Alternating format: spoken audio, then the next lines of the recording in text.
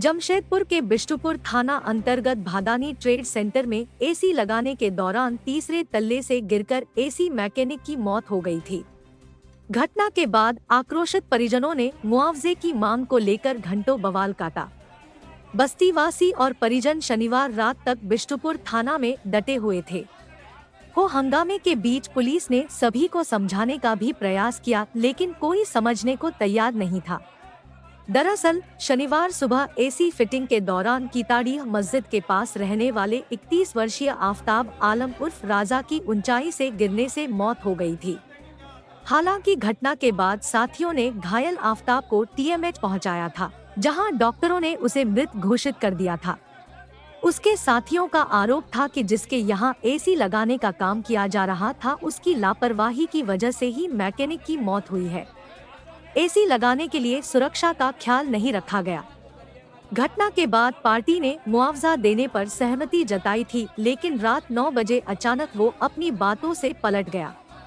इधर थाना में सभी ने मुआवजे की मांग को लेकर जमकर हंगामा किया।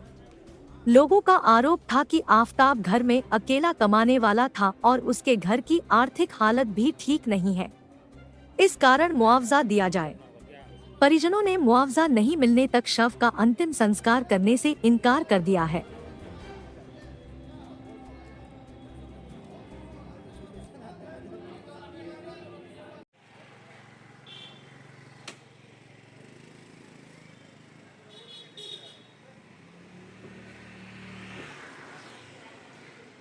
यहाँ पे आए हैं तब से हम लोग को बेवकूफ बना रहा है।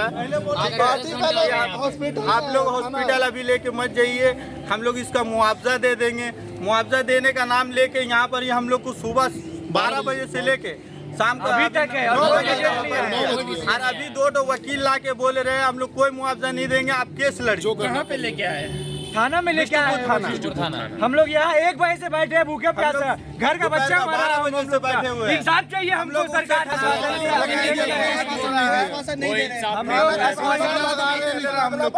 यहाँ पे दोपहर से हम लोग को खाली बोला जा रहा है कि आप लोग बाहर रहिए, बात चल रहा है।